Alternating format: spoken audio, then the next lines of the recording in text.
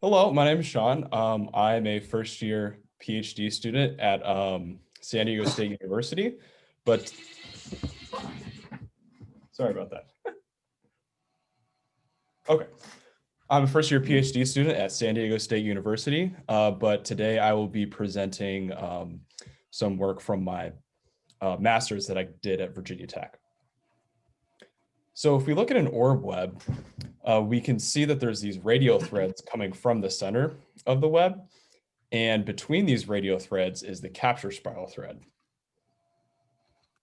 And if we take a closer look at this capture spiral thread, we can see that there's two components. There's the viscous capture droplets that are studded along the supporting flagelliform fibers. And if we take an even closer look, we can see that the inside of the droplets have these structures, the glycoprotein core. And this core is responsible for adhering to insects that strike the web. And surrounding this core is the aqueous layer.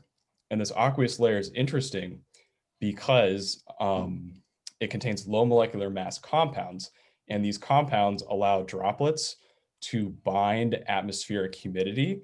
And that means that droplet volume is going to increase as humidity increases. But what's interesting is that the magnitude of that increase differs among species. So top row, A and B is one species, Argiope.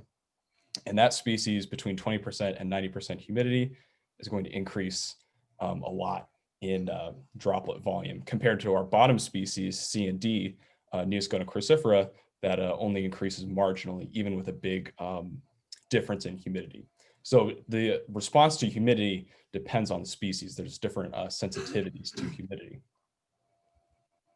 In fact, it's been recently shown that individual droplets changes in the glycoprotein extensibility and volume is related to increased insect retention time as humidity rises.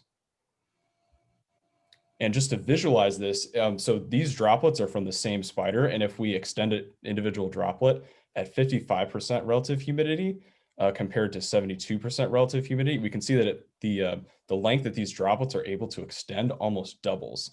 And that's going to allow insects to be retained in the web longer as they're struggling against these droplets. So I've been talking about individual droplets, but in reality, these droplets work together to retain insects. So at the bottom, we have a probe that's locked in, and we're pulling away a thread from our probe at a constant rate. And what happens is that those supporting flagelliform fibers make that U shape, and that U shape sums the adhesive force of all of these individual droplets so that these droplets are able to kind of work together and are creating more adhesion than droplets would by themselves. And that's really the question that I'm interested in. We already know that individual droplet performance changes with humidities, but what I'm interested in is seeing how does humidity change the functionality or impact of the entire system. So thinking about this and knowing that the droplets react to humidity, we predicted that the suspension bridge of each orb weaving spider that we study should be adapted to generate the most adhesion at the humidity that that same spider forages in. So if a spider builds webs in low humidity habitats, we'd expect those webs to generate the most adhesion at those humidities. And we'd expect the same things for high humidity species. So in order to test this hypothesis, we have to characterize adhesion of the suspension bridge. And the way we can do that is we want to sum the adhesive force of each of these glycoproteins. So in order to really get at this, we kind of have to go to the nuts and bolts or a finer scale analysis and work on individual droplet work and then expand that into the functionality of the entire system. So in order to do this, we have to collect webs from spiders that are freshly built, and we need to isolate individual droplets. So what we can do is we can isolate these droplets and then prepare them in a chamber. And this tiny sealed chamber will allow us to manipulate the environmental humidity. So we can extend droplets at 37%, 55%, and 72% relative humidity. And when we extend and pull off these droplets, we'll record them. And at each point of the extension, starting at 0% and going to 100, we're going to do 2 measurements at each 20% interval. So at first, we're going to measure the length of the droplet at each of these 6 points. And then we're also going to apply a series of formulas to calculate the force at each of these points as well. So I won't go through the equations, but basically we're going to use this diagram here, and the angle that those flagelliform fibers bend, that's going to give us some information about the force on that droplet at the time. So with both of these pieces of information, what's really useful is that we can plot droplet length at each of these points versus droplet force. Excuse me. And from here, we can, in this case, it's a positive linear model. And we can, from this model, what we can do is we can plug in a given droplet length and get an inferred amount of droplet force. And that's really useful because the other facet of this data set is multiple droplet extensions or suspension bridges like this, where we have individual droplets like this. So we can measure these lengths from an image like this, plug them into our formula, and then we can get an inferred droplet force. And just to be clear, each species, since we've been measuring them at 3 humidities, each species would have 3 different models, 1 for each humidity. So this would be just kind of a breakdown of what I already said. So we have our inferred droplet force of each of these droplets based on models, and then we sum those together to get the total adhesive force of the suspension bridge. So just to talk a little bit about study species, we collected 5 or 6 webs of each species in this study. These spiders are the Agrippes. So we have our Agrippe trifasciata and our Agrippe aurantia. And we characterize these spiders as living in low humidity habitats or very open areas. So these are going to be sunny, weedy, and they're diurnal as well. So that means that they're going to be foraging at low humidities.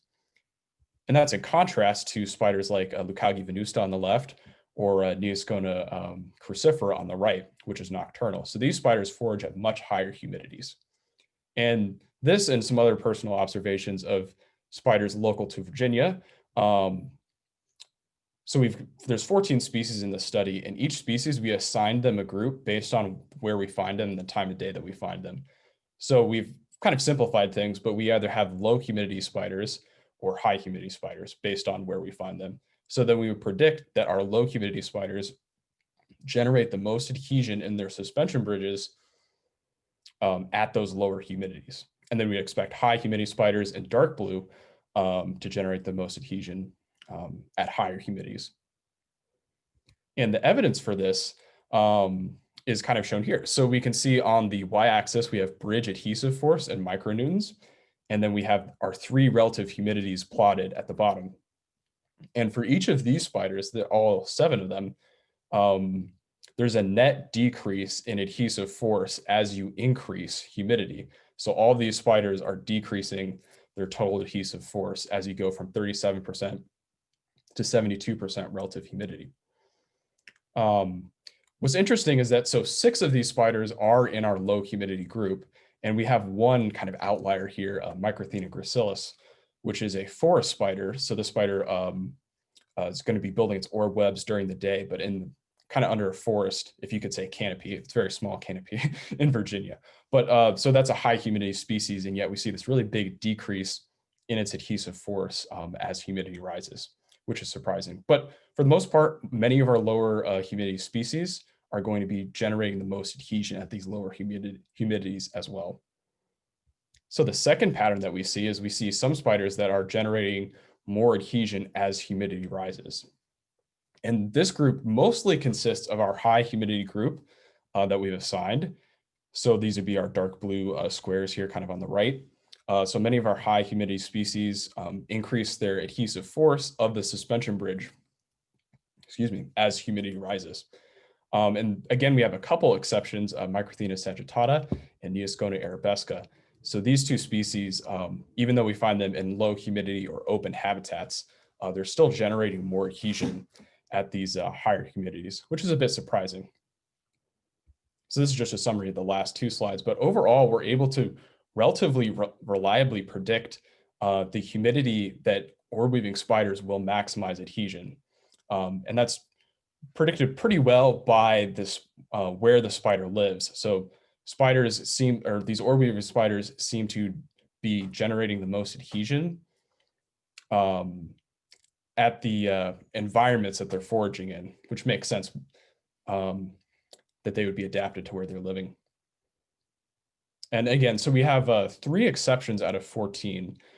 So only 3 spiders fall outside of that prediction or that grouping. So I'd like to thank my committee members, my master's committee members, for their feedback on analyses and just feedback in general. I'd like to thank Dr. Sandra Correa Garwell. She characterized some really important material properties for this study that we weren't able to do at my lab during my master's. So thank her for that. And I'd also like to thank the undergrads that really helped to get this study off the ground in a timely manner, and just them being patient and working in the lab. I'd like to thank NSF for funding this study. And I'd like to thank you all for coming here. And sorry, I don't speak any other languages besides English. I'd be happy to take any questions. Thank you.